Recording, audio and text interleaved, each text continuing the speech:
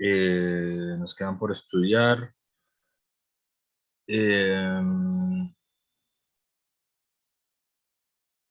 Y bueno, es un autor que a mí me parece fascinante, interesante, poco leído en la facultad. Recién hubo un evento que creo que es el primero que ha habido sobre el tema de su obra. Es un autor que nace entre... bueno, y nuevamente les digo, cuando quieran, ¿verdad? Me interrumpen, ¿verdad? Si tienen dudas o preguntas, eso para no... eh, siempre es más fácil cuando los estudiantes tienen preguntas sobre el autor. Eh,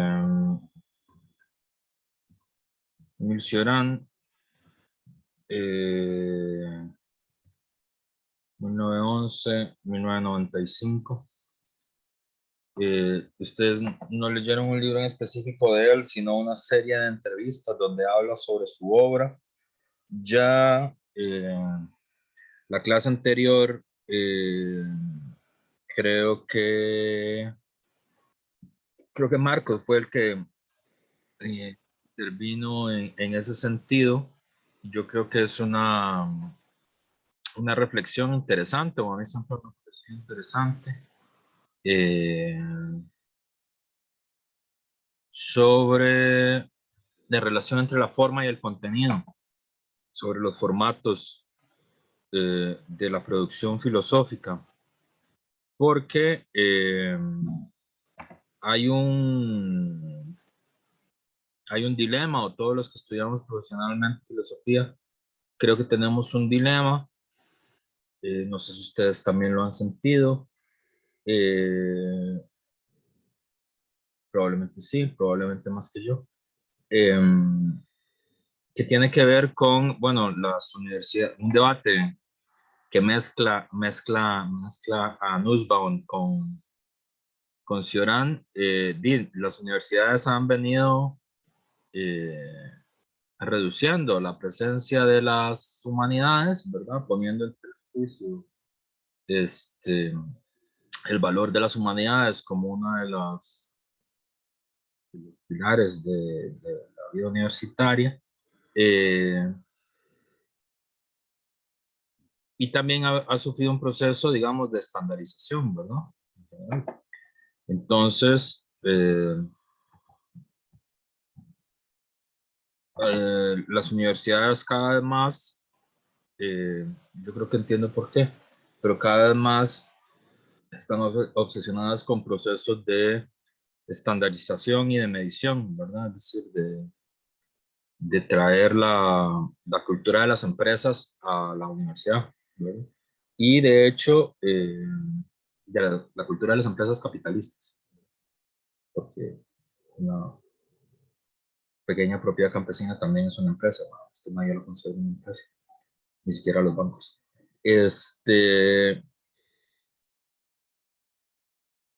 Hay muchos colegas que están seguros de que la universidad es una empresa y que sería mejor si la manejáramos como si fuera una empresa, ¿verdad?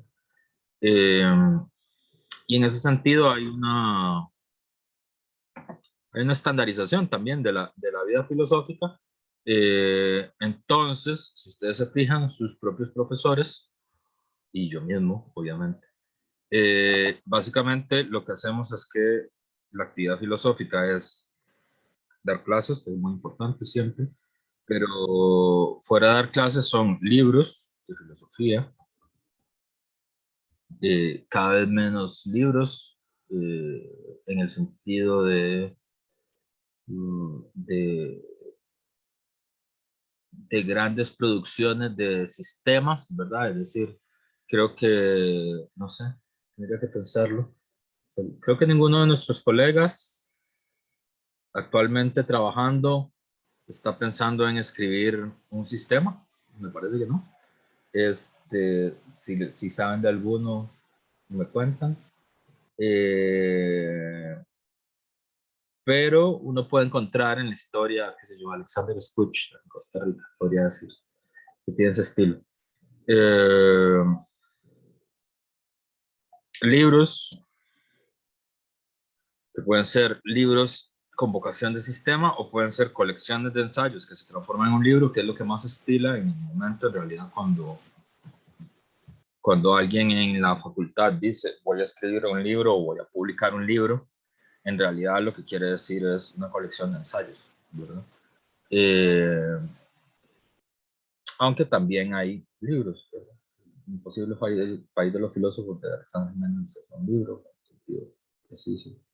Siglo XXI militar en la izquierda de Gallardo también es un libro. Pero hay otros que son colecciones de ensayos, ¿verdad? Por ejemplo, en los que yo he participado son sobre todo colecciones de ensayos. Y el ensayo y el artículo científico es la otra forma. Y entonces, por ejemplo, lo normal en filosofía es que les pidamos ensayos, ¿verdad? O artículos científicos, porque eso se supone que es la forma en la que se hace filosofía, ¿verdad? Y sí, creo que fue Marco el que introdujo. A mí siempre me ha parecido que esto lo discutimos muy poco. De hecho, a mí fue sobre todo la lectura de Cioran la que me hizo pensar mucho en ello, que es la, digamos, esa estandarización, ese enchaquetamiento de la filosofía universitaria, ¿verdad? Porque nuestro oficio viene en un sinfín de formatos posibles, ¿verdad? Y sin embargo, nosotros básicamente lo que hacemos son ensayos y libros y ustedes al final de sus carreras van a hacer un ensayo de la tesis, que es un ensayo largo en realidad, en filo eso es lo que es, o una colección de ensayos que uno presenta juntos como si fuera una tesis, ¿verdad? Eh, o un informe de trabajo final. Eh, y eso es contrario a nuestra propia tradición, ¿verdad? Es contrario a lo que, a lo que nosotros hemos hecho como oficio, ¿verdad? Porque ustedes piensan la filosofía eh, originalmente viene y surge de forma oral, es decir, la filosofía es un discurso. Eh, Sin embargo, nosotros en la universidad no podemos decir, bueno, eh, como forma de graduación quiero hacer un discurso de 2 horas para demostrar que puedo graduarme, ¿verdad? Eh, que yo considero que podría ser una gran prueba para demostrar que uno tiene capacidad para ya ser licenciado en filosofía, porque, no sé, no estoy seguro que cualquiera de nosotros pueda hablar 2 horas y media sostenidas en un discurso. Me parece que es un talento que no se tiene, ¿verdad? Eh, de hecho, ustedes vieron el esfuerzo que significa hablar 10 minutos, inclusive con un soporte material, ¿verdad? Con algo escrito, algo eh, preparado de antemano. Pues imagínense que sería una disertación de 2 horas, digamos así, en la capela, ¿verdad? Eh, puede ser un discurso, puede ser un diálogo, que es el origen, porque Platón lo que escribió fueron diálogos. Entonces, este formato tampoco nosotros lo podemos hacer. Uno no puede decir, quiero que me valgan para ser licenciado en filosofía, hablar, dialogar durante 3 horas con alguien. Pues no está dentro del formato. Eh, y luego, también la filosofía ha usado el formato del poema, que tampoco está. Uno no puede decir, quiero para mi graduación hacer un poema didáctico sobre el cosmos, como Lucrecio, ¿verdad? O como Parmenias. Eh, También tenemos teatro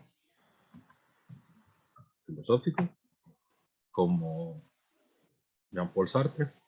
Tenemos novelas filosóficas, como las de Dostoyevsky, ¿verdad? O las de Kafka, o las de Ernesto Sábato. Podríamos tener películas filosóficas también, sin duda, como las de películas videos, ¿verdad?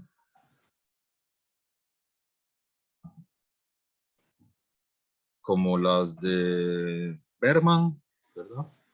Como el séptimo sello de Bergman, como Solaris de Tarkovsky,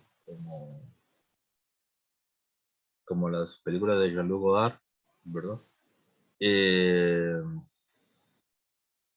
Como la saga completa de Rápidos y Furiosos. No, bueno, no creo que eso sería exagerar demasiado. Aunque puede ser. También hay documentales, ¿verdad? Que es en nuestro país. Pablo Ortega ha hecho varios para la escuela y hay varios cortos, ¿verdad? Documentales, hay caricaturas, ¿verdad? Entonces, eh, ahí hay una reflexión muy interesante, ¿verdad? Que es el, una de las cosas que más animadversión le dio siempre a Cioran, que es lo que la filosofía académica hace con la filosofía, ¿verdad? Eh, y dentro de eso está el formato, ¿verdad? Emil Cioran, y esto a mí me pareció muy interesante, que es una cosa que ya venía con Nietzsche, creo que cuando hablamos de Nietzsche no lo hablamos mucho en las preguntas, pero a mí me parece muy interesante, que es Emil Cioran defiende que la forma en la que se puede hacer filosofía en nuestra época es el fragmento, el aforismo. Es un defensor de que en las actuales condiciones de la filosofía y del mundo no se puede hacer ensayos, no se puede hacer libros sistemáticos, lo que se puede hacer es aforismos. Que inclusive quienes escriben ensayos se están traicionando a sí mismos en el mismo ensayo. Y, digamos que hay una cierta ética que lo obliga a uno, cuando uno ya empieza una disertación, un ensayo, a sostener la idea hasta el final del texto, ¿verdad? Eh, aunque uno empieza con una idea y termina con otra al final del evento. Entonces, Cioran es para mí eh, el gran escritor aforístico del siglo XX, ¿verdad? Es decir, en una tradición que inició Nietzsche, como el mismo Cioran lo reconoce, eh, y que tiene el objetivo de dinamitar la voluntad de sistema, no solo en el sentido como filosófico más técnico, es decir, de evitar la filosofía sistemática, sino en la forma de la escritura. Y a mí me parece que es coherente, ¿verdad? Es decir, eh, las formas en las que uno se expresa tienen que ser coherentes con el contenido de lo que uno quiere expresar, ¿verdad? Es decir, eh, por lo tanto, una filosofía como la de Cioran, que luego vamos a discutir en qué lugar lo podemos ubicar, eh, necesita una determinada forma de expresarse y esa forma es el aforismo, ¿verdad? Y yo no sé del aforismo filosófico, no sé ustedes, pero por ejemplo, ese es un ejercicio que nosotros no hacemos profesionalmente, o por lo menos en mi vida como estudiante, pero creo que también en mi vida profesional. Nunca ha pasado que mi evaluación sea, bueno, vamos a hacer 6 páginas de aforismo filosófico, ¿verdad?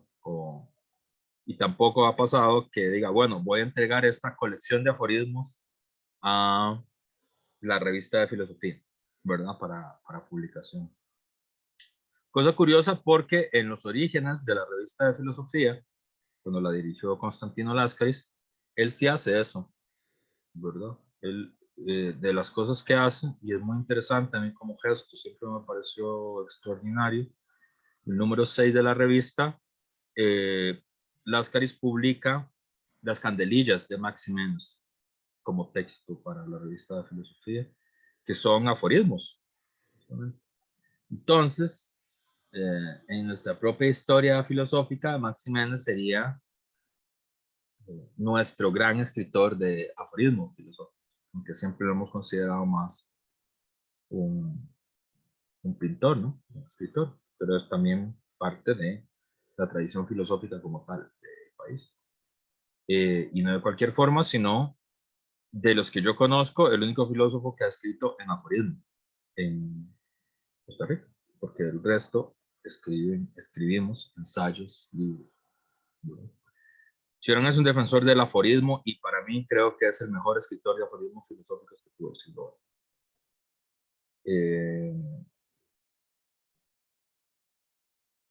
Eso es como la primera, el primer criterio que quería compartir con ustedes sobre la obra del autor. El segundo es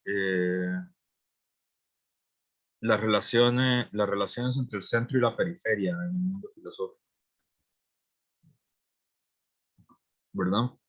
Ustedes sabrán, y es una cosa que se repite mucho, que hay una cosa que se considera como la triada espiritual de Europa, ¿verdad? Y por lo tanto de Occidente, eh, que es la tensión entre Francia, a la que se le reconoce como quien aporta al espíritu, digamos, el socialismo utópico, la política revolucionaria, ¿verdad? Como por la Revolución Francesa y por la Revolución de 1830, la de 1848, la de 1871, la de 1936 y la de 1978 y la de 1995. El socialismo, la política, ¿verdad? La, la idea de la revolución, digamos, de la igualdad como valor social, político, filosófico, y de la revolución como la idea de cambiar todo, ¿verdad? La posibilidad de cambiar todo. Eh,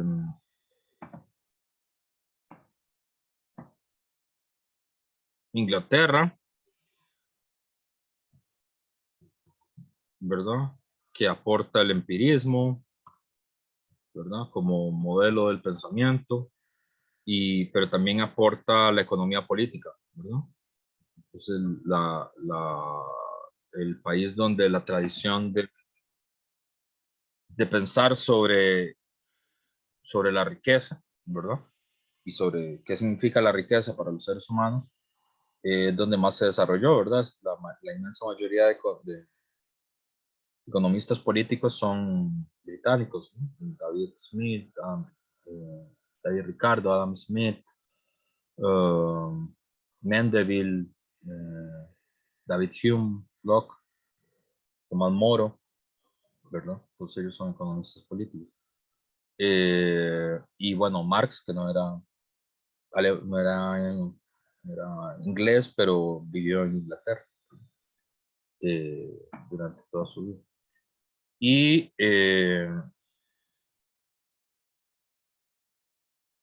Y luego, ¿verdad? Alemania,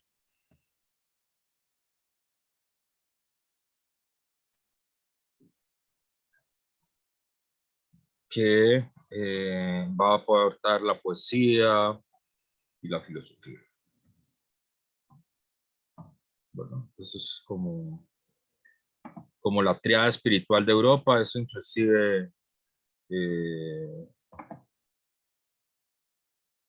digamos, en la historia del marxismo, inclusive se habla así, ¿no? Se habla de las tres fuentes, las tres partes integrantes del marxismo son el socialismo francés, la economía política inglesa y la filosofía alemana, ¿verdad?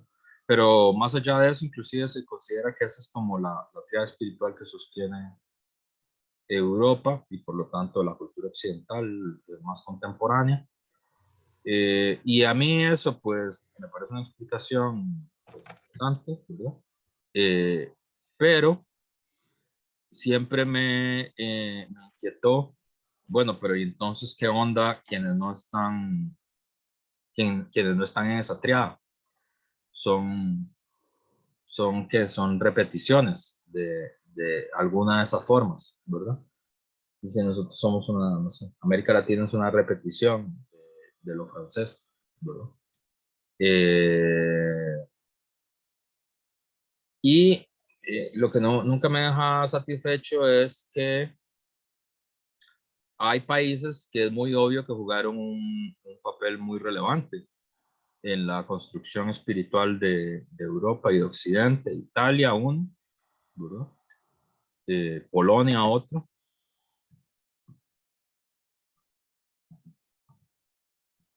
y además me parece que poco citado, pero muy relevante es Rumanía, o sea, los Balcanes, que eh, son los Balcanes son Rumanía, Yugoslavia, Macedonia, eh, Bosnia-Herzegovina, los Balcanes, Transilvania. Eh, y bueno, como ha dicho Edward Said en un libro extraordinario, que se llama Orientalismo, eh, los Balcanes bueno, son una geografía, pero también se transformaron en un sustantivo, ¿verdad? Porque uno habla de la balcanización. Por ejemplo, se habla de la balcanización de Centroamérica o la balcanización del Ministerio de Hacienda. ¿No? Uno puede hablar eso, que quiere decir eh, una fragmentación irracional en pequeños pedazos que no se entiende muy bien por qué es que está fragmentado y no unificado, ¿verdad? Eh, Desde el punto de vista, por ejemplo, inclusive de Hegel y de Marx, Hegel hablaba de los pueblos sin historia para referirse a los Balcanes, ¿verdad? Rumanía, a Moldavia, a todas estas zonas. Eh, Engels también tiene una idea parecida, digamos, Engels consideraba que esos países iban a desaparecer, o sea, que iban a ser absorbidos en unidades nacionales más grandes, ¿verdad? como, como los italianos absorbieron Córcega, ¿verdad? O los franceses absorbieron Bretonia. Eh, y sin embargo, este país, Rumanía, eh, que la imaginación europea quedó atrapada por una novela, que también es una novela extraordinaria, que es Drácula, de Bram Stoker, ¿verdad? Que ocurre en Transilvania, de donde es Emil Cioran. Eh, ha producido esta imaginación de Rumanía y de los Balcanes como parte de lo oriental, de Europa Oriental, de hecho, son parte de lo que nosotros decimos que es Europa Oriental. Eh, y, eh, digamos, con toda esta carga del oriental como lo otro, brutal, lo otro irracional, ¿verdad? Y Cioran es el, el representante de lo que en Rumanía se va a llamar la joven generación, ¿verdad? que deja 5 nombres propios que son fundamentales para la historia de la filosofía y de la cultura contemporánea. El primero de ellos, que probablemente ustedes lo conozcan, aunque no sé, si no lo conocen, lo deberían conocer, que es Mircea Eliade, que es, pues era amigo de Ionesco en un sentido así, aunque no se pelearon, porque por un libro de Cioran que se llama Lágrimas y Santos. Mircea Eliade es tal vez el historiador, el filósofo, el conocedor más importante de la religión, de las religiones en el mundo contemporáneo. Es decir, si ustedes les late el corazón por ahí, ¿verdad? Si quieren estudiar el tema de la filosofía de la religión, ¿verdad? O la filosofía de las religiones, la historia de las religiones, y no pueden zafarle el lomo a Mircea Eliade, siendo él referente para estudiar el tema. Hay un libro de divulgación de él que yo siempre recomiendo mucho, si no lo han leído alguna vez, creo que todo el mundo debería leerlo alguna vez. Se llama Mito y Realidad, que es un ensayito de divulgación corto, pero a mí la verdad me parece brillante. No tengo otro adjetivo para describirlo. Entonces, Mircea Eliade aporta el estudio de la religión, ¿verdad? Y van a ver que en Emil Cioran hay una reflexión sobre una forma de religiosidad profunda que él atribuye a lo rumano, a la religiosidad ortodoxa, ¿verdad? A la forma de cristianismo ortodoxo, eh, pero en su variante herética, ¿verdad? Lo cual es muy interesante, ¿verdad? Porque efectivamente nuestra cultura religiosa y filosófica está muy marcada por la fuerza de la interpretación vaticana de la religión, ¿verdad? Por la interpretación eh, de, la, de la Iglesia católica, apostólica y romana, y luego por el luteranismo, ¿verdad?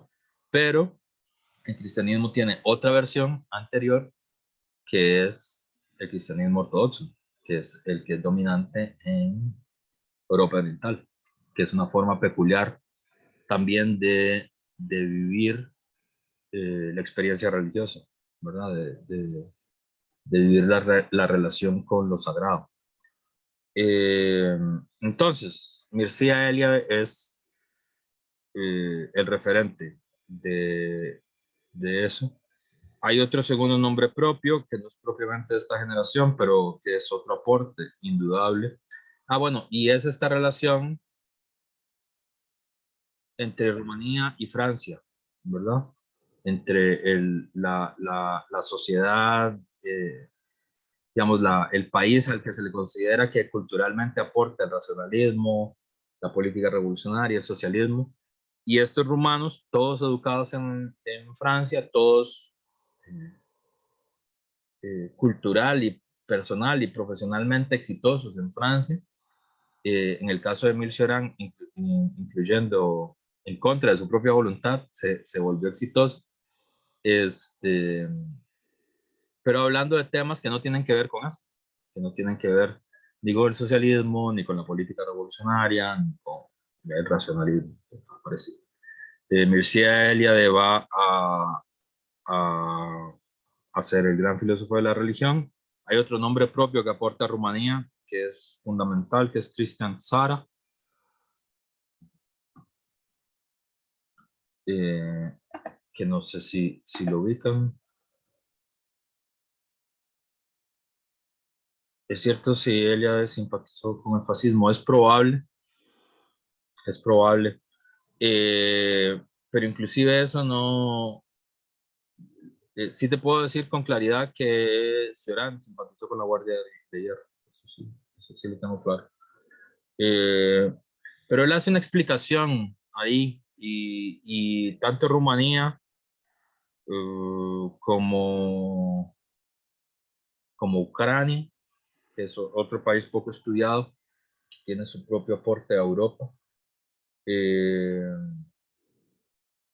Hay que ver qué significa exactamente eso, porque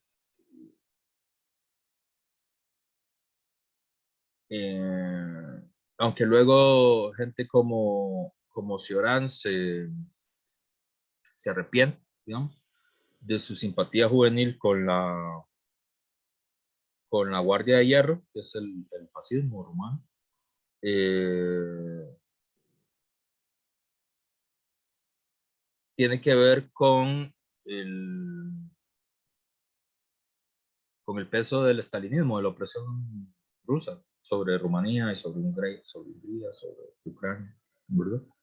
Eh, entonces, a mí me recuerda mucho, eh, a mí me recuerda mucho como el fascismo de Lovecraft, digamos, que es un fascismo no los estoy justificando, por cierto, no seré yo el que justifique el fascismo en esta universidad, pero es una admiración por los gestos, más bien por la,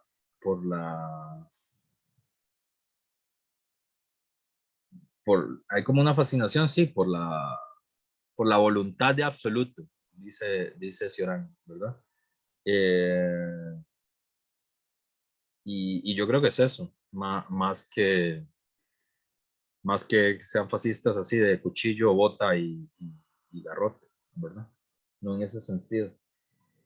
Igual es una discusión interesante si eso lo justifica o no, si lo libera o no. Eh, pero yo sí creo que es eso. Que, bueno, como dice Cioran en los artículos que ustedes leyeron, es eso, es una fascinación como por el absoluto, ¿verdad? Y de hecho, eh, Cioran dice que más que una organización fascista, la Guardia de Hierro era una banda de dementes. La definición que él mismo da. Pero bueno, eso es lo que puedo decir en relación con ese capítulo de Cioran. Y, y bueno, yo creo que también filosóficamente, bueno, no sé si a ustedes eso les parece interesante o no, eh, pero bueno, hay un debate sobre si esas simpatías políticas exculpan o no a los autores que simpatizaron con los totalitarismos del siglo XX, ¿verdad? Heidegger es tal vez el caso más conocido, eh, pero bueno, está por ejemplo Cioran, ¿verdad? Eh, y al otro lado del espectro, por cierto, están Bloch y Lukács, ¿verdad? Con Stalin. Eh, Bloch, Lukács, Neruda, Nicolás Guillén, para decir varios. Eh, y Tina Modotti, para incluir a una mujer que también hizo un aporte importante en cultura universal.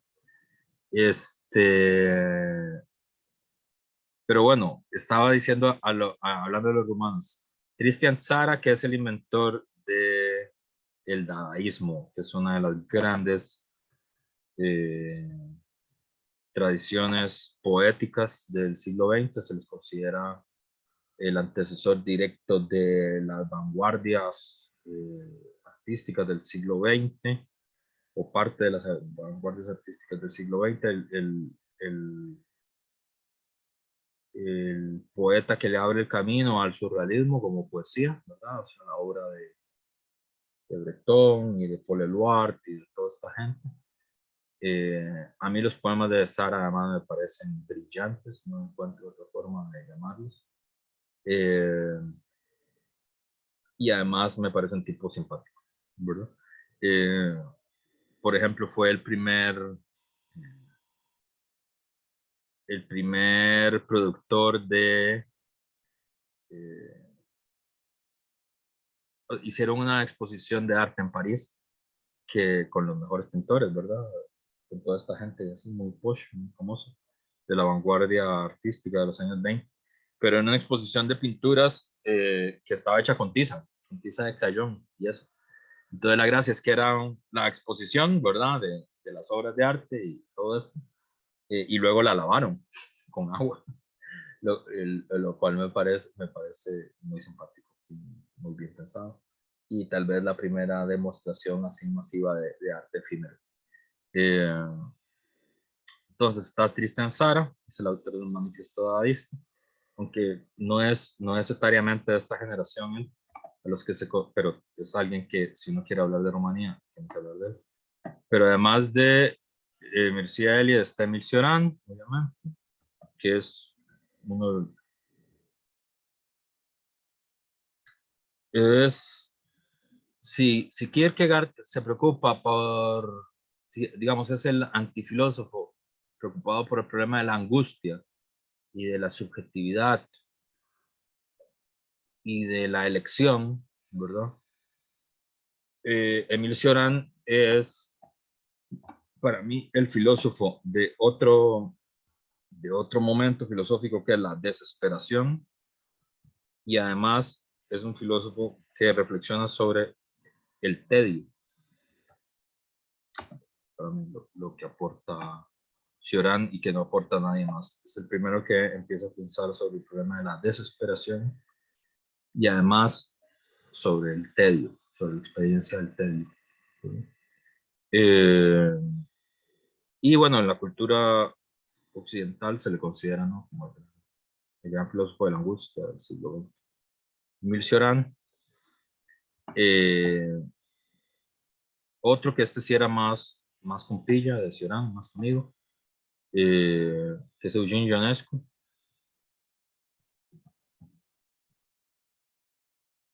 que también no sé si lo ubican, es el referente del teatro del absurdo, eh, uno de los grandes escritores de teatro.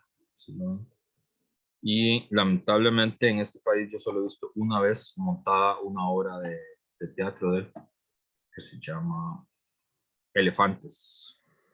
Eh, y, y nunca más, nunca he entendido muy bien, nunca le he preguntado a nadie de teatro por qué no hay, o sea, por qué no se representa tanto Ionescu como otros autores. Nunca he sabido la razón de por qué no es tan popular en Costa Rica. Pero es muy importante en la historia del teatro contemporáneo. Mircea Eliade, Emil Cioran, Eugene Ionescu, Tristan Tzara y Paul Celan.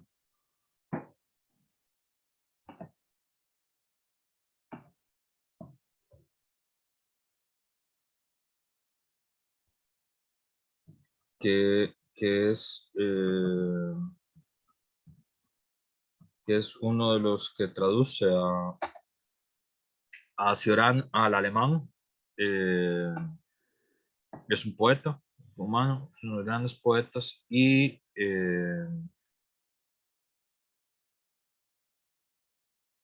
se le considera, o uno de sus poemas más famosos, eh, se considera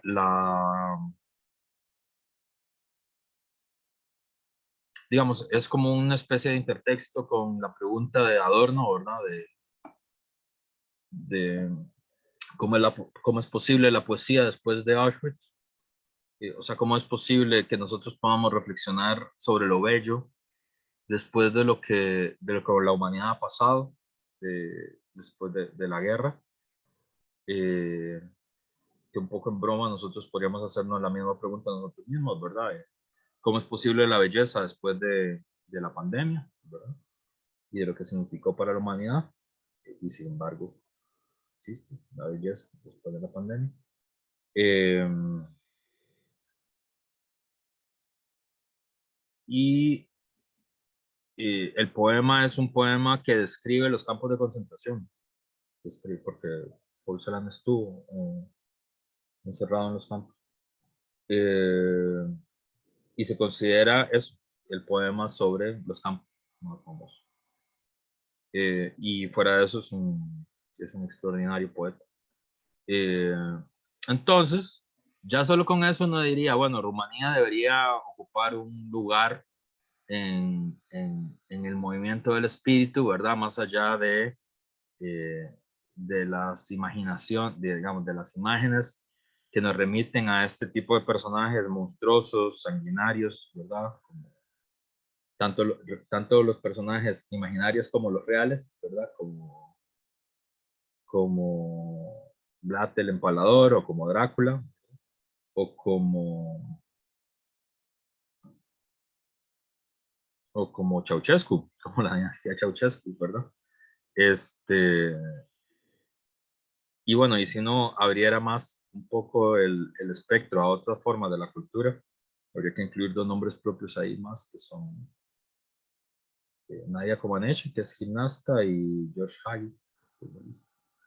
Entonces, digamos, es como, como un referente de que las pequeñas naciones, digamos, pueden ser grandes espiritualmente. Me parece que eso es la, la, la, la segunda cosa importante eh, que nos aporta Cioran, ¿verdad? Ya como tal, en relación con su obra, con los artículos que ustedes leyeron, las entrevistas a mí me parece que son interesantes porque retratan su forma de ser, retratan su relación con la escritura eh, y cuentan un poco su historia personal, ¿verdad? Eh, Hay varias cosas que creo que ya he ido diciendo. Una cosa importante, el lugar de Francia, en esto se parece a los latinoamericanos. Él siempre decía que, bueno, Cioran escribió en rumano primero. Esa es otra cosa interesante de los autores que hemos estudiado, como por ejemplo Kierkegaard o Cioran, que es qué pasa si uno no habla y no escribe en la lengua donde circulan las ideas, ¿verdad? En la lengua por la que habla el espíritu. Eh, Como si uno habla danés o rumano, ¿verdad? Que son idiomas que casi nadie habla. ¿Qué pasa con ese aporte? Eh, y luego, eh, que con nosotros es medio raro esa reflexión sobre el español, porque bueno, nosotros obviamente hablamos una lengua marginal para para el mundo de la filosofía y del pensamiento y de las universidades, ¿verdad? Y sin embargo es una lengua más hablada del mundo, ¿verdad? Eh, entonces creo que nos pone en una situación rara a nosotros, porque desde el punto de vista de la pura cuantificación, el español es más importante que el francés, ¿verdad? Y que el inglés, pero no desde el punto de vista de la circulación de las ideas, ¿verdad? Y como ya ustedes saben muy bien, el lenguaje es donde habita el ser, donde mora el ser. Sí, el lenguaje es nuestro mundo, ¿verdad? Nuestro mundo está en español, no está en otro idioma. Eh, Al igual que, bueno, y él decía que, Cioran decía que él escribió en rumano primero, luego tomó una decisión cuando escribió en el año 47, en el año 49, Brevario de Podredumbre, que es probablemente el libro más conocido de él, está en la biblioteca, el libro del año 49, de escribir solo en francés, de no escribir en rumano más. Los primeros 6 libros de él están en rumano. empezando por las cimas de la desesperación y esto, todos están en romano, los primeros 6. Pero a partir del año 49, con brevario de podredumbre, él decide solo escribir en francés y competir con los franceses en su propio idioma, ¿verdad? Lo cual como gesto a mí me parece muy interesante. Como si uno decidiera no volver a escribir en español y escribir solo en inglés y decidirse a escribir tan bien como cualquier escritor inglés de filosofía sobre algo, ¿no? Uh, me parece interesante, me parece vacilón como gesto. Señala que es una cosa que también habla Lukács, ¿verdad? Que este es otro también peculiar, que es húngaro, es otro país del que no se ha hablado. Y bueno, que también hace parte de estos de pueblos sin historia, como le diría Hegel. Los intelectuales rumanos son afrancesados, todos, como los latinoamericanos, es decir, el referente cultural de ellos es Francia. Y en el caso de Cioran, hay una diferencia muy importante de un autor que creo que el único que lo estudia sistemáticamente en la facultad es George García, es un autor que se llama George Simmel, que es como el maestro de Lukács y de Bloch, ¿verdad? Que es, me parece muy poco, sí. Y su tesis, que es la que yo me parece correcta, o es la experiencia. Hay varias cosas que son interesantes en la lectura de él. Yo creo que la primera es que él dice que la experiencia de lo rumano, de Rumanía, es la experiencia de la desesperación. Él dice, los rumanos no esperan nada del universo. Pero también, sobre todo, esta es la experiencia que él quiere pensar, la experiencia de la desesperación, de qué significa estar desesperado. Y la otra experiencia que a mí me llamó mucho la atención, porque es el primer autor que conozco que quiso escribir sobre eso, la otra experiencia es el tedio. El tedio.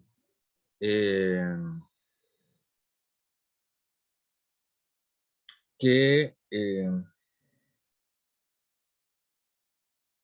el tedio es algo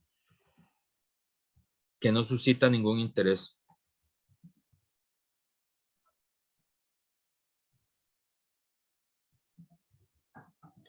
Que como experiencia filosófica a mí me parece muy interesante, la verdad.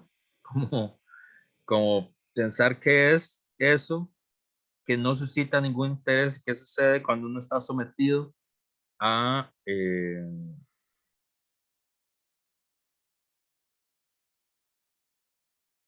se está sometido a esa experiencia, a la experiencia del tedio, ¿verdad? Eh, y creo que eso es como el puntal filosófico de Cioran, ¿verdad? Es algo que no suscita ningún interés. Y a mí me parece muy interesante porque fíjense que como que el mundo contemporáneo no le permite eso a uno, ¿verdad? Es decir, no le permite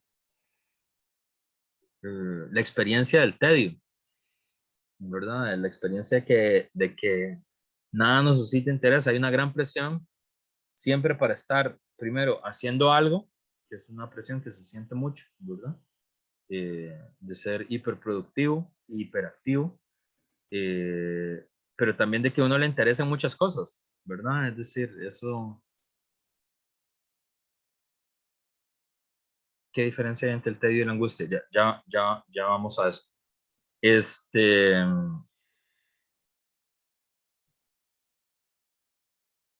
hay un, hay un, hay una cosa que a mí siempre me parece muy asombrosa de como de la cultura de clases medias altas latinoamericanas, que es ustedes probablemente...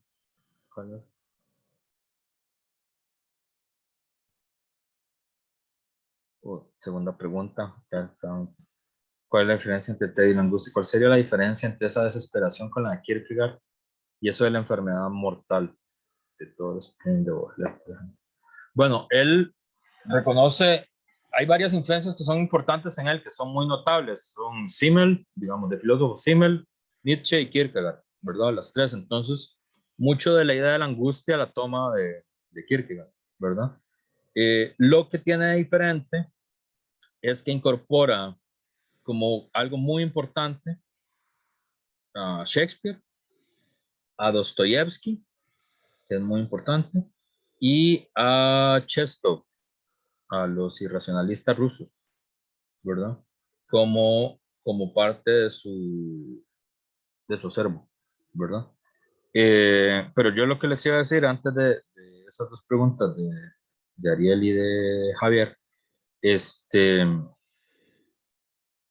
esta cosa de la cultura de clases medias altas latinoamericanas que yo no logro entender muy bien, que es la desesperación por la que, la desesperación no en el sentido de Ciorán, sino en el sentido como Josefina, de que los niños estén haciendo un montón de cosas, ¿no? Como que estén en 20 clubes y que, ¿no?, toquen piano, hagan deporte, hagan pintura, hagan yoga para niños, o sea, siempre los tienen haciendo como algo, ¿verdad?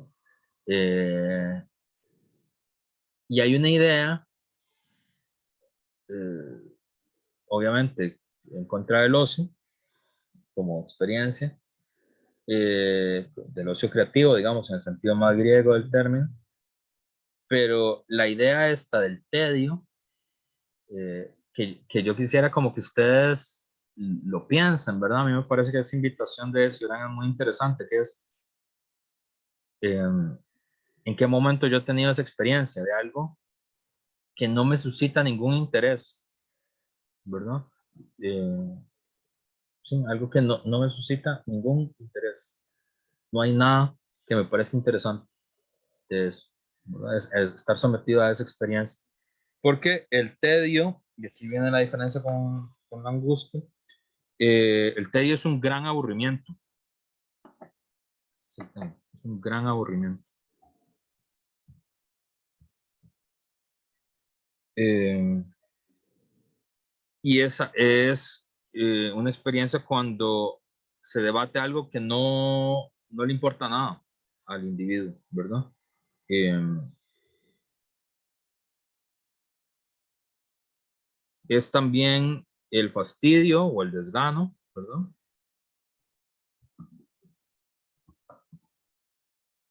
Y una cosa vacilona es que la medicina antigua, la medicina de Galeno, a lo que nosotros le decimos tedio, ellos le dicen hipocondria,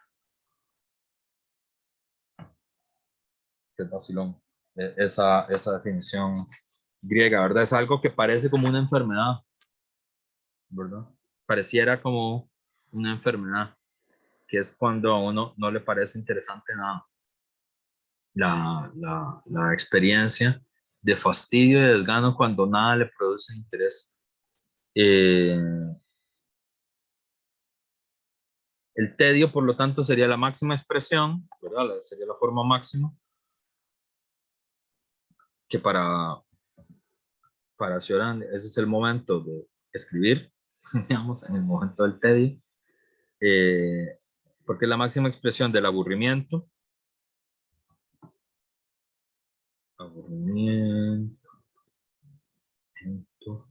del hastío y del disgusto.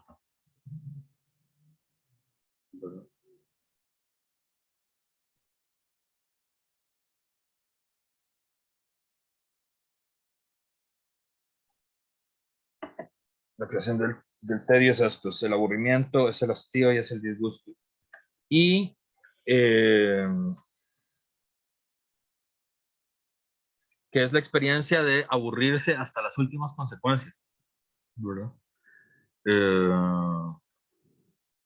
y es vacilón porque esa experiencia está muy vedada en el mundo contemporáneo, ¿verdad? Está como prohibido aburrirse, ¿verdad? Y como prohibido quedarse quieto. Y Cioran considera que es ahí, en el, en el, en el momento del tedio, donde ocurre la desesperación, ¿verdad?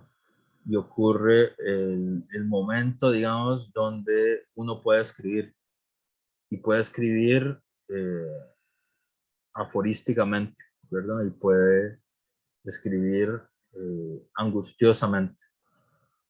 Va a haber una reflexión también en el autor.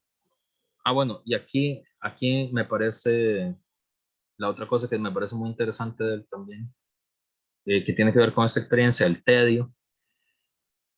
Yo no sé si, yo no sé si les había contado esa historia. Bueno, y aquí esta experiencia del tedio, del aburrimiento, del disgusto, obviamente bueno, yo no sé si ese curso todavía lo dan en la facultad o no, creo que no, bueno, no sé. Aquí hay una conexión que él hace explícita con el budismo, ¿verdad? Como momento, ¿verdad? Y como actitud, ¿verdad? Con la actitud budista, que él dice que él intentó ser budista, pero no lo logró, ¿verdad? Que no podía. Eh, Porque, digamos, el budismo, dentro de las muchas cosas que propone, pero hay una que es el silencio. Sí. Con Cioran siempre queda la pregunta de por qué escribió, al final, ¿verdad? Es decir, si uno lee su filosofía y si lee sus aforismos y lee lo que dice, uno se preguntaría, ¿por qué escribió? ¿Por qué no se quedó callado? ¿No sería mejor quedarse callado, nada más? ¿Verdad? Y sin embargo, él le parece eh, que la escritura como tal, la experiencia de escribir sometido al tedio, es una experiencia que salva vidas. Eso me parece muy interesante, ¿verdad? Eh, Él dice, yo no me he suicidado porque escribí. Y dice aún peor, dice, creo que si no hubiera escrito, no solo está el problema de haberse suicidado, sino que tal vez hubiera sido peor. Me hubiera transformado en un asesino, dice, ¿verdad? Y entonces ahí, que es muy polémico, ¿no? Muy rudo lo que dice Cioran, pero ahí además tiene una tesis que es, la escritura es lo que hace que el mundo sea soportable. La experiencia esta del tedio, del aburrimiento en sus últimas circunstancias y el disgusto que produce el tedio, el disgusto que produce que nada le parezca interesante, eh, solo se puede remontar, solo se puede disminuir eh, escribiendo. Eh, Eso es curioso, ¿verdad? Porque en el fondo, en contra de lo que el mismo Saran creo que esperaría, llegaría a la conclusión de que la filosofía tiene algo de terapéutica, digamos, que la escritura, que sería la experiencia filosófica, tiene algo de terapéutica, que la escritura cumple una función terapéutica, que es alivianar, aunque no puede evitar, no puede curar, no puede sanar, pero sí aliviana la angustia y la desesperación. Y pone un ejemplo que es un ejemplo interesante, la verdad, y pueden intentarlo, y ahí me cuentan, que es, él dice, piense en una persona que uno odia mucho, ¿verdad? Eh, en alguien que uno realmente odia, y empieza a escribir sobre él, ¿verdad? Y lo que él dice es, al cabo de un rato, usted va a ver cómo ese odio empieza a disminuir, a bajar, ¿verdad? Eh, entonces él dice que él escribió justamente para eso, para maldecir al mundo, para maldecirse a sí mismo Y en ese movimiento de maldecir al mundo y maldecir a sí mismo, maldecirse a sí mismo, es que la vida se le volvió tolerable. Esa es la conclusión. La escritura filosófica, la escritura de aforismos cumple esa labor. Si no hacemos eso, la vida no es soportable. No solo es eso, sino que podríamos transformarnos en la peor versión de nosotros mismos, de una forma más degradada, más brutal de lo que todos nosotros somos. Que es interesante esa afirmación.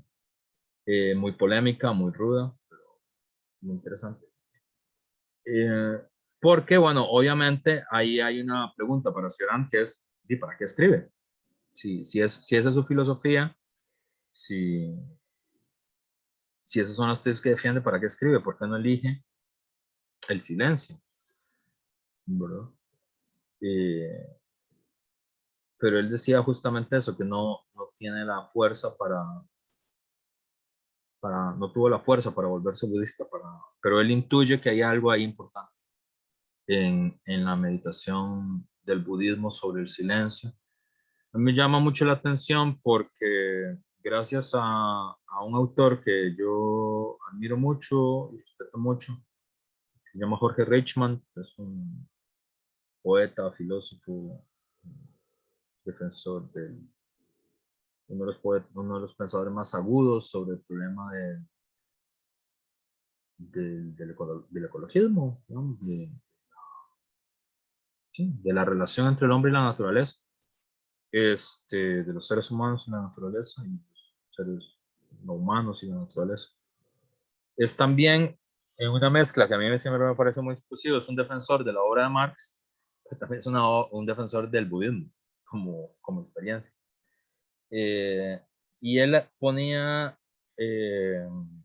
énfasis, bueno, yo decía, obviamente eso no pega, no veo cómo pegue las cosas, pero él decía que había una cosa que es parecido a esto que dice Fioran, que es el problema de la experiencia con el silencio, que nosotros, esa experiencia, la experiencia del silencio de larga duración, de no estar haciendo nada, de aburrirse y dejar aburrirse y desesperarse por el aburrimiento, es una experiencia que nos cuesta mucho hacer.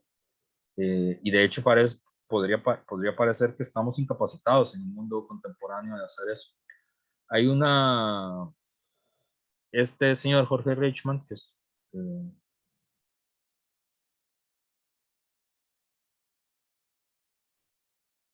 no, Cioran no se suicidó. O sea, que esa es la otra cosa, porque digamos,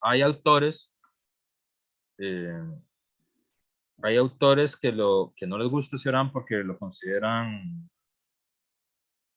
de hecho él lo narra, ¿verdad? Hay varios editores, críticos que, que dicen, ¿cómo se le ocurre a usted escribir lo que escribe? ¿Verdad? Es decir, porque su libro los va a leer gente, ¿no? Jóvenes, adolescentes. ¿Cómo, cómo se le ocurre decir lo que está diciendo? ¿Verdad? A propósito del suicidio, ¿verdad? Y él nunca se suicidó, ni lo contempló, ¿verdad? Y además, él mismo da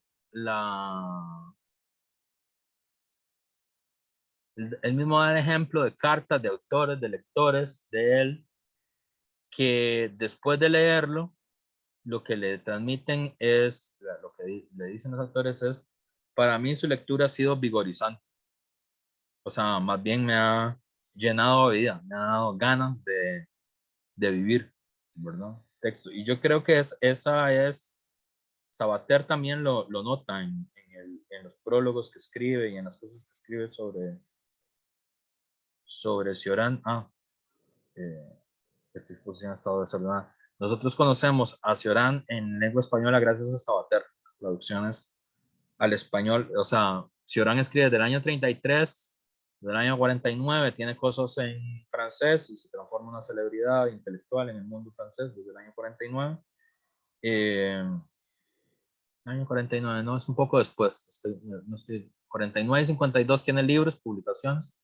pero se vuelve una celebridad en los años 60, curiosamente después de mayo del 68. Él dice que eso me parece muy simpático. Eh, Él dice, me volví famoso y popular gracias a los estudiantes izquierdistas, gracias a mayo del 68. Fue que me volví popular, que, que es sociológicamente cierto, por cierto, eh, aunque contradictorio. Pero en español nosotros lo conocemos desde los años 80, gracias sobre todo a las traducciones de Fernando Sabater y de María Zambrano, que también ha sido una gran, en dos ensayos sobre él muy importantes, y la traducción al español la lleva adelante Sabater, que tenía una relación personal con él y con su esposa, de la que se habla poco, por cierto, que es muy importante, como siempre, y como lo han denunciado muchas veces las investigadoras y las filósofas feministas, son eh, parte muy importante y muy poco reconocida de la obra del autor. ¿Verdad? Simone Pio, el nombre de la esposa, es una francesa, no es romana, es francesa. Este, y muchas de sus obras las conocemos por ella, por el esposo de Soraya. Eh,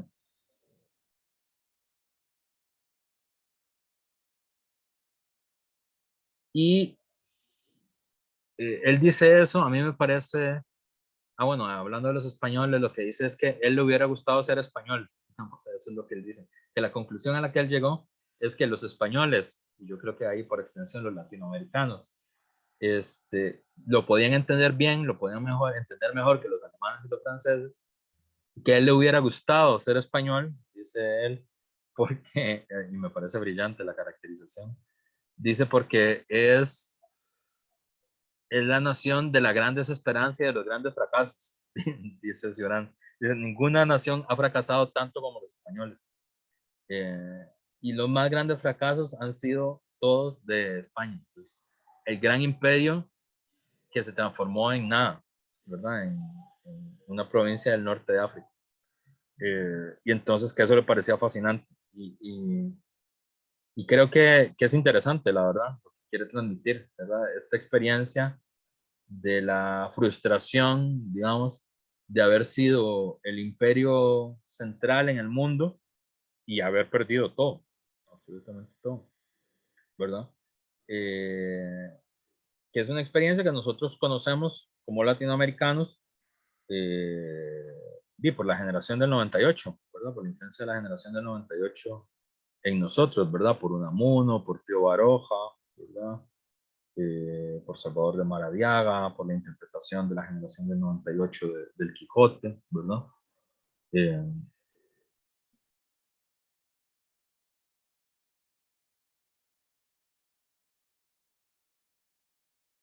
eh, y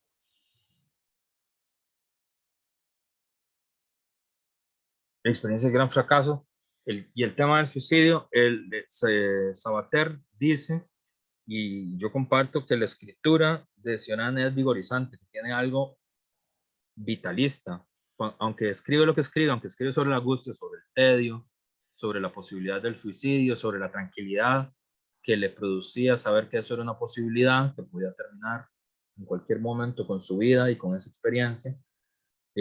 Sioran nunca se suicidó. De hecho, él murió, la muerte de él también es triste, es trágica, le dio Alzheimer, perdió la conciencia, se volvió demente. Entonces, los últimos 2 años, creo que en el año 93 es que pierde la conciencia, este, que solo describe él tuvo como a su esposa y tuvo otra relación con una alemana que terminó siendo amiga de la esposa, que es una relación, no sé, sexoafectiva o afectiva, no estoy muy seguro cómo decirlo. Eh,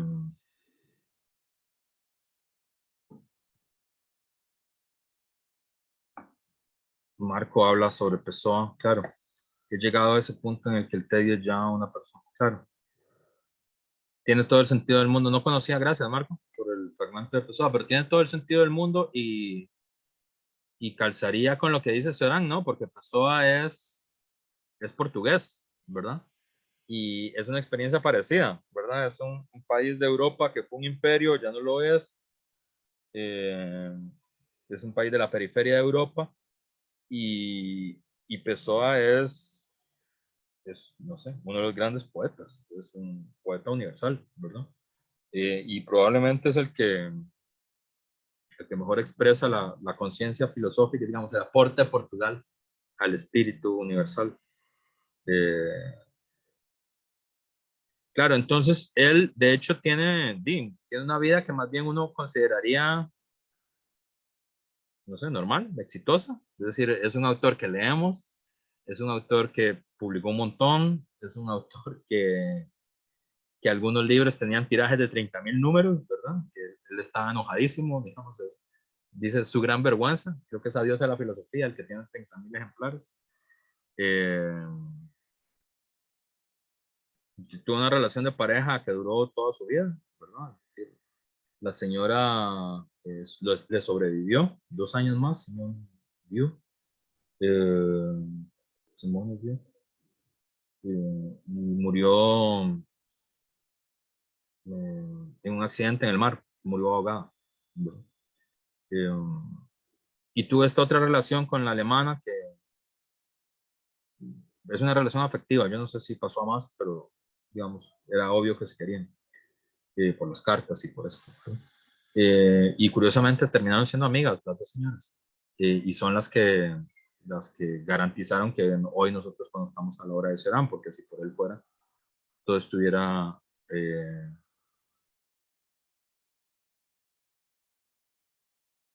que,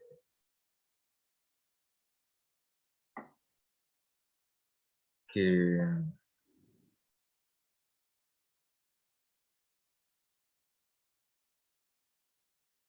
que conozcamos la obra del autor, ¿verdad? Entonces, la otra experiencia que a mí me parece, el budismo, la importancia, el silencio, la imposibilidad del silencio.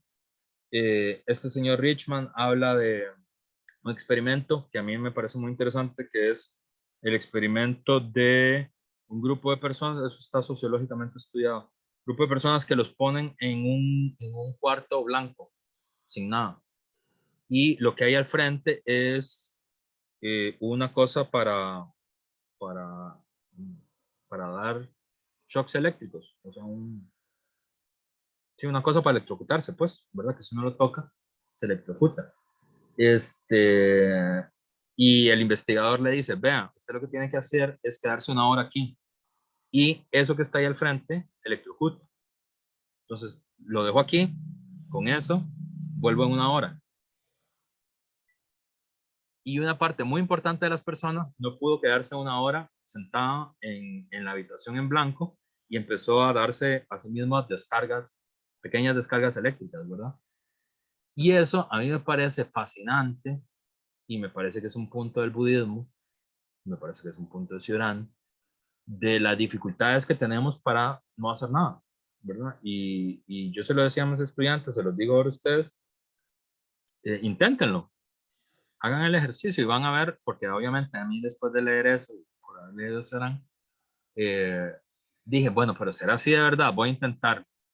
Y, y dije, bueno, me voy a proponer pasar 10 minutos sin hacer nada, nada,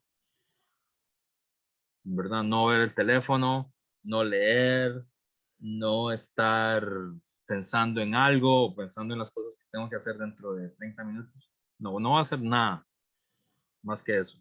Lo que voy a hacer es que voy a contar. Voy a contar hasta 1000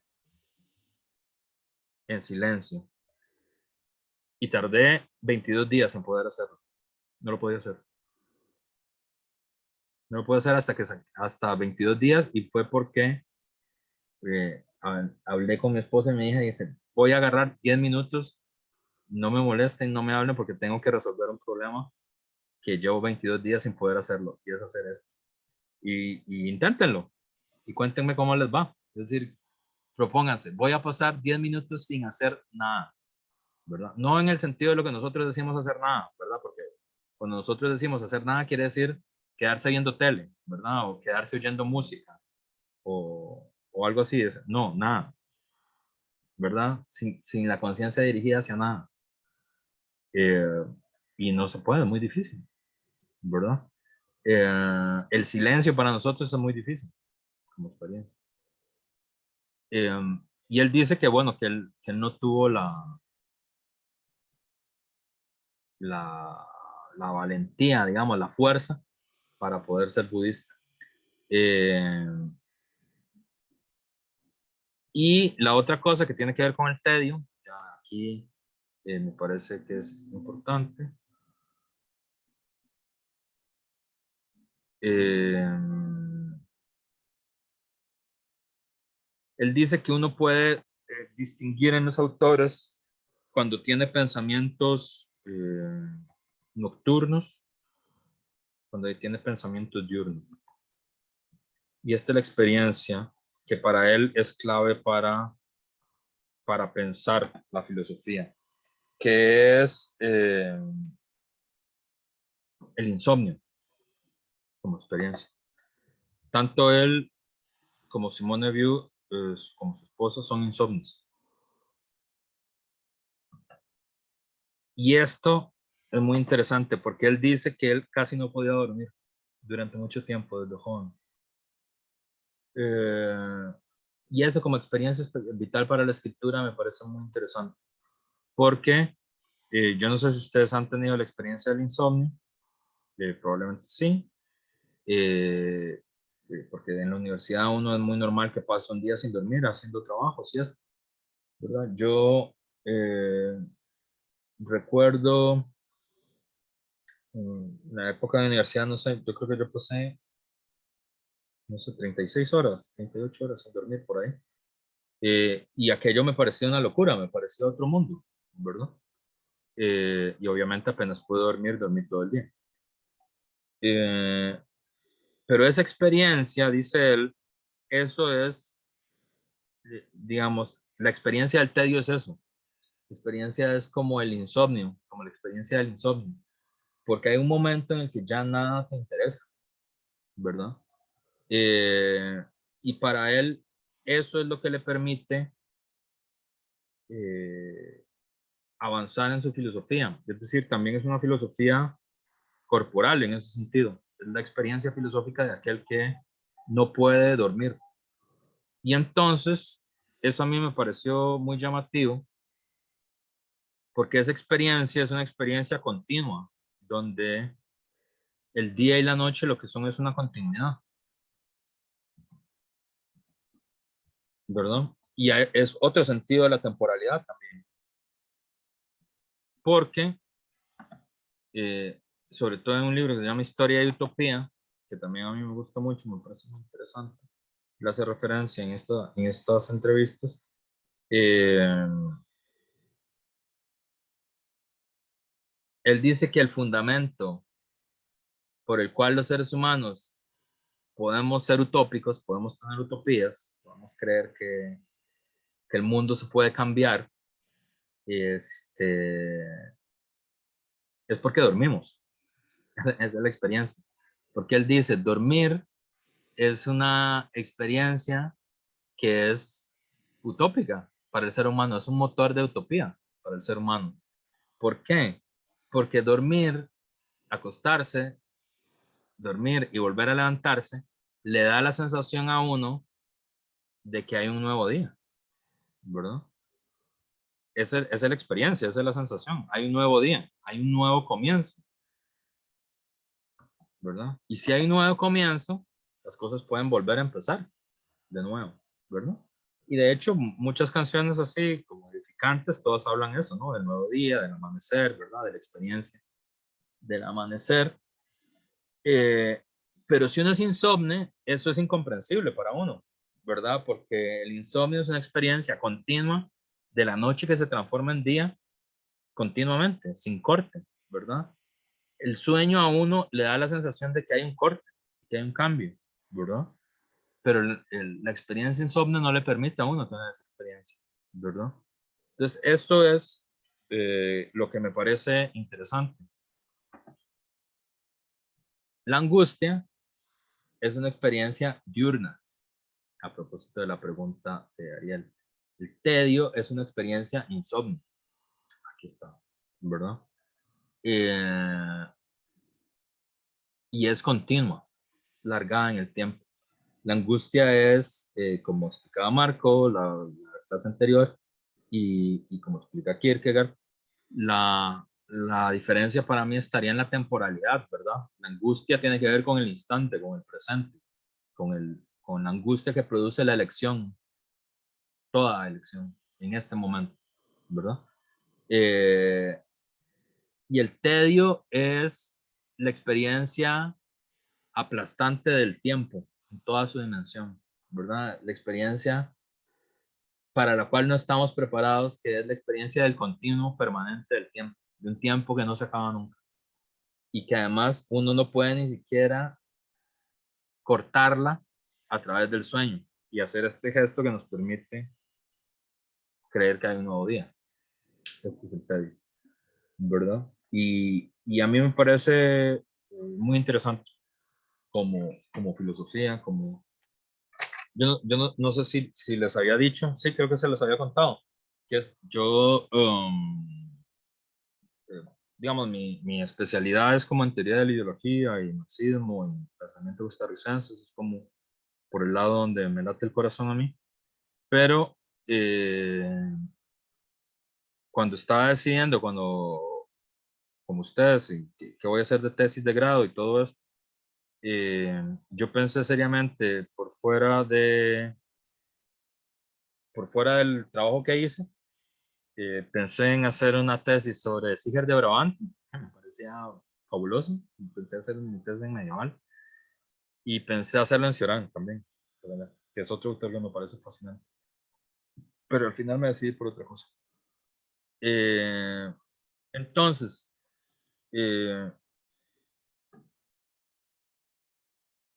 la tesis de Cioran es que el tedio, este gran aburrimiento, lleva, y ahí está la clave, es una forma de tristeza activa, que es lo que lo hace escribir a uno. Y por eso es vital, ¿verdad? Por eso es vigorizante. Y por eso también asusta. Y la metáfora que él usa para pensar que la filosofía es que es una cosa muy rumana, por cierto, y creo que los latinoamericanos lo entenderíamos. Dice, la filosofía es un látigo, la experiencia. Yo creo que solo un rumano o un latinoamericano se le puede ocurrir hacer una metáfora de que la filosofía se parezca a un látigo, ¿verdad? Es decir, es algo ante lo cual uno no puede ser indiferente, es algo um, que puede ser vitalizante también, justamente porque te asombra o te da miedo o te empuja, ¿verdad? Ese es un látigo. Y él dice, nadie puede ser indiferente frente a un látigo, ¿verdad? Entonces es interesante que él utilice esa metáfora, ¿verdad? Es y el látigo es un instrumento de castigo, ¿verdad? Eh, entonces, para él es justamente eso, digamos, no es estar abatido, no es estar sí, abatido, sino que es una tristeza activa, es una melancolía, que a partir de ahí, la melancolía en exceso, que es el tedio, y lleva a una tristeza activa, una reacción positiva, lo obliga a uno a escribir, ¿verdad? Y es desde esa tristeza activa que es que él ha escrito lo que ha escrito. Aunque, como él mismo dice, la mayor parte del tiempo no hace nada. Entonces, también es en mucho sentido un defensor de no hacer nada, ¿verdad? De perder el tiempo, de no ser productivo. Y su vida está muy marcada por eso me parece muy interesante. Es decir, él hizo todos los esfuerzos en su vida para no ser exitoso. Es decir, estuvo en la Sorbona hasta los 40 años, eh, para, para poder comer en el comedor escolar, ¿verdad? Hasta que pasaran una ley que prohibía hacer eso, ¿verdad? Ya no podías hacer eso. Entonces buscó qué hacer. Eh, Su compañera sí trabajaba en secundaria. Y él hasta después fue que empezó a tener éxito editorial. Eh, pero tampoco estaba demasiado feliz de eso. Y dice que es una cosa que repitió varias veces, que es la razón por la que no le quitaron la beca en la Sorbona para poder seguir comiendo en el comedor escolar. Era que anduvo, bueno, dijo que iba a hacer una tesis sobre la ética en Nietzsche, y no la hizo. Y en vez de eso se dedicó a andar en bici por Francia, y eso fue lo que hizo. Y luego también hizo lo mismo en Alemania, en España. Se le parecía que era mejor hacer eso, pues, no hacer nada. Era el momento de, de pensar eso así. Y la otra cosa que es importante, antes de que se me olvide, porque ya estoy viendo que son las 10:32. Yo creo que otro de los aportes que a mí me parece más interesante de todo lo que él escribe es que tiene que ver con su teoría, no sé, su filosofía de la religión sería. Ni siquiera es una filosofía de la religión, porque es que él es ateo. Entonces, sí, su interpretación de la religión, tal vez estoy exagerando, no sé si, nunca lo he discutido con Luis Diego Cascante, ¿cierto? No sé si él consideraría que hay una filosofía de la religión en el Islam. Le voy a preguntar a Luis Diego y luego les comento qué me dijo. Eh, bueno, por cierto, Luis Diego es un gran admirador y gran conocedor de la obra de Mircea Eliade también. Para él hay una religiosidad peculiar en el mundo balcánico, que para él es antropológicamente muy poderoso, que es para él la religiosidad en los Balcanes, el cristianismo ortodoxo, es siempre, digamos, la peculiaridad religiosa y filosófica sería que en el cristianismo ortodoxo la creación y el pecado son uno y la misma cosa. Nosotros distinguimos entre la creación y el pecado. Son dos cosas distintas. Ocurre la creación y luego el pecado. Pero para el cristianismo ortodoxo y en la interpretación que Cioran toma de esa religiosidad profunda de los campesinos rumanos, ¿verdad? Que él dice que son fatalistas, es que la creación y el pecado es lo mismo.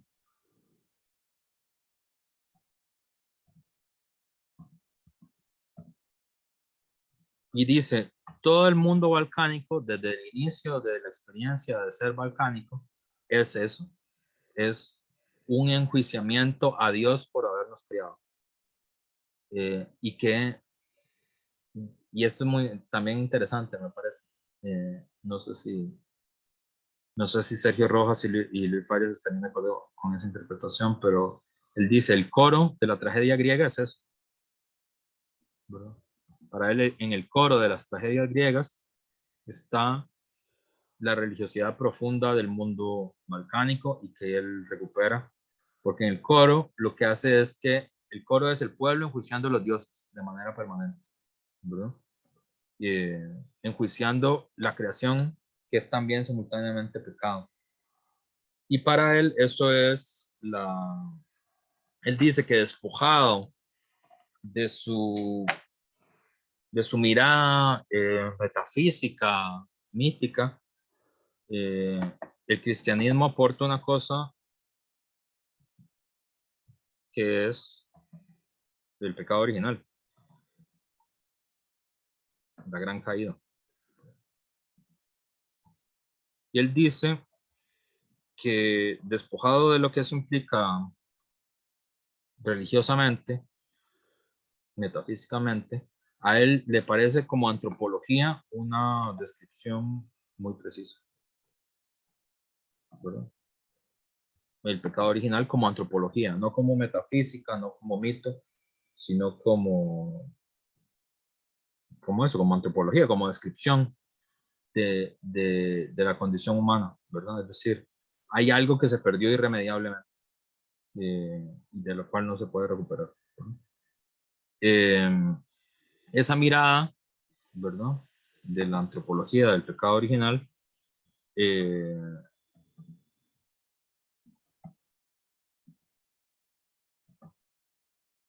lo que señala es eso, hay algo que hay una herida que es irremediable eh, en la condición humana y que no se puede recuperar.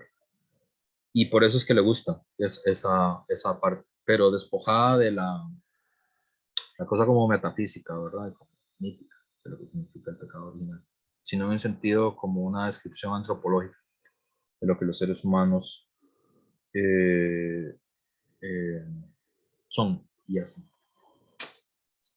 La otra cosa que me parece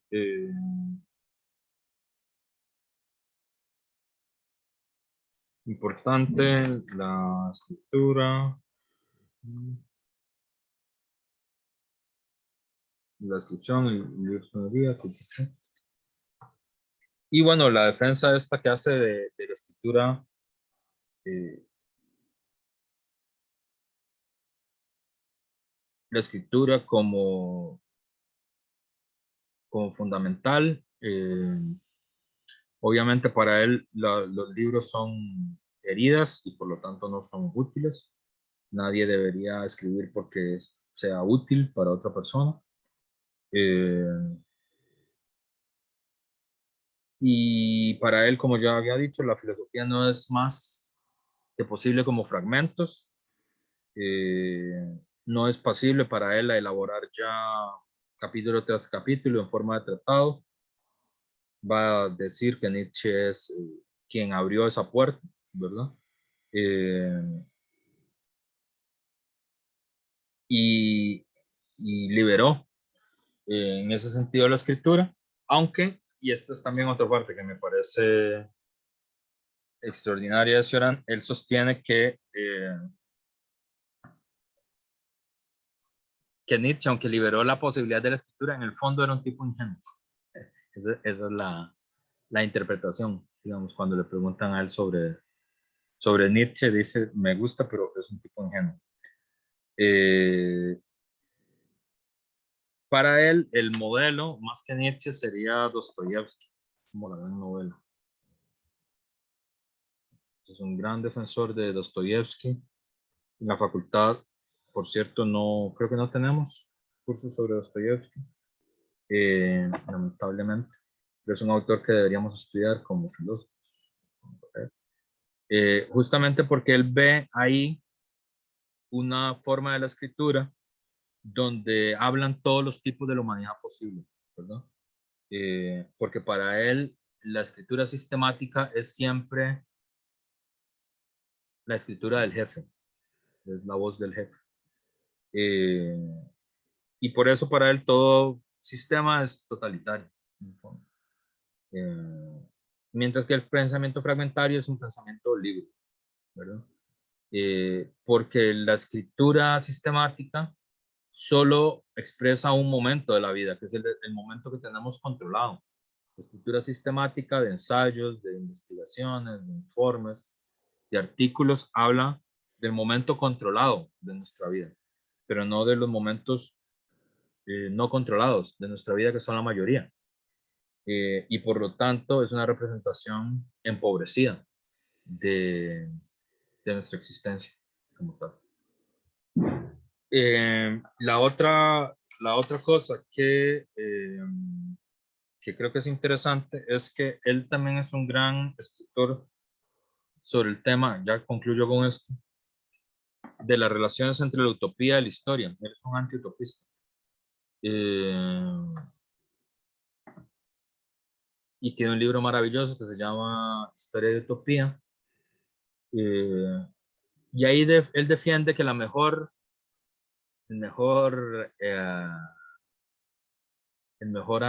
antídoto para la utopía de la historia. Que si uno solo puede ser utopista si si no conoce historia, si no estudia historia. ¿Verdad?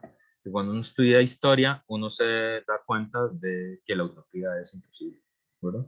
Porque es el mejor lugar para ver esta condición humana, digamos, la antropología caída de la condición humana, ¿verdad? Cuando yo leía eso de Cioran, siempre pensé que las novelas de George Martin le parecerían buenas, justamente porque George Martin se alimenta de la historia real de los seres humanos para escribir eh, para que escribir Canción de Hielo y Fuego y esto, ¿verdad? Pero además, Cioran, a mí me parece que hace bueno, el otro semestre, dependiendo de cómo se muevan los dioses del presupuesto, que son más crueles que los dioses griegos y que los dioses nórdicos. Pues, voy a dictar el curso de pensamiento utópico, que hace mucho no lo he dictado, creo que era too soon después de la pandemia, como para hablar de pensamiento utópico. Pero a Cioran yo le conocí una de las críticas más interesantes del pensamiento utópico. Yo soy muy fan del pensamiento utópico, lo estudio mucho, me parece fascinante. Me parece que es poco estudiado en la facultad. Pero hace una definición en contra y una definición a favor de lo que las utopías son, que lo encuentro muy interesante. Eh, Él dice, primero, muy interesante, dice que todas las utopías son aburridas, que por eso es que son tan difíciles de leer, ¿verdad?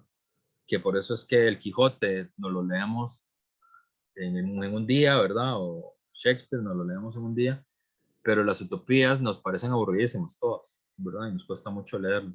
Y él dice que es porque ahí no existen seres humanos, no existen hombres reales, ¿verdad? Sino que son fantoches, ¿verdad? Dicen, burlándose de Fourier, que es el que más mal le cae, y por cierto es el autor que a mí más me gusta, dice que alguien tiene que estar muy fuera de sí para imaginarse un mundo donde los niños no roban, ¿verdad? Que ser niño significa robar cosas, robar fruta, manzana, chunche, que eso es ser niño.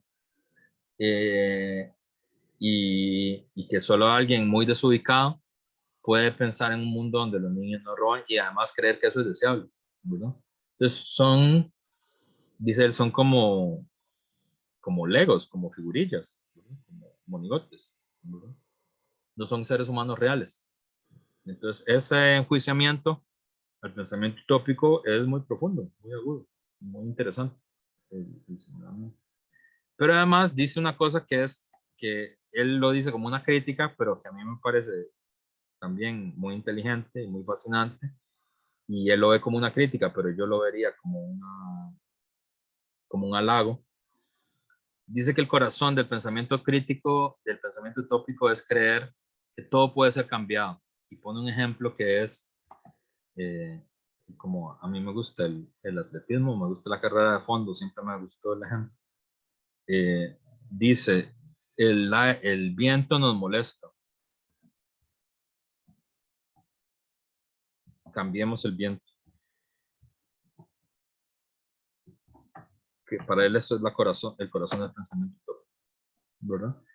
Que efectivamente, si ustedes hacen atletismo, hacen así, correr contra viento es una de las experiencias más difíciles, más agobiantes, es muy ruda para los seres humanos correr contra el viento. Y el pensamiento utópico residiría en justamente decir, no me gusta que el viento me roce, por lo tanto lo que deberíamos hacer es cambiar el viento, ¿verdad? Y que ese es el corazón del pensamiento utópico. Si Oran lo ve como una monstruosidad, a mí me parece que es una de las definiciones más inteligentes y más bien hechas que alguien podría hacer del pensamiento utópico, ¿verdad? Y bueno, eso, son las 10:45, pues como, bueno, tengo un montón de páginas más sobre Cioran porque podría pasar varias horas hablando sobre él y además casi nunca tengo posibilidades de hablar sobre él.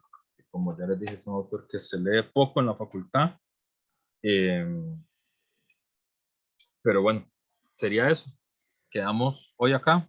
Y la otra clase vamos a hablar de otro autor, que ya sería el último en este filón, que es Eugene Thacker.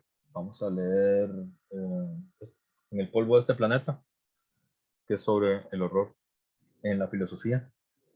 Y vamos a ver, no sé, Freddy Krueger de primero. No, no vamos a ver Freddy Krueger, pero podríamos ver, pero no lo vamos a ver. Es allá en Helm Street. Bueno, entonces vamos a quedar por aquí. Queda la grabación acá.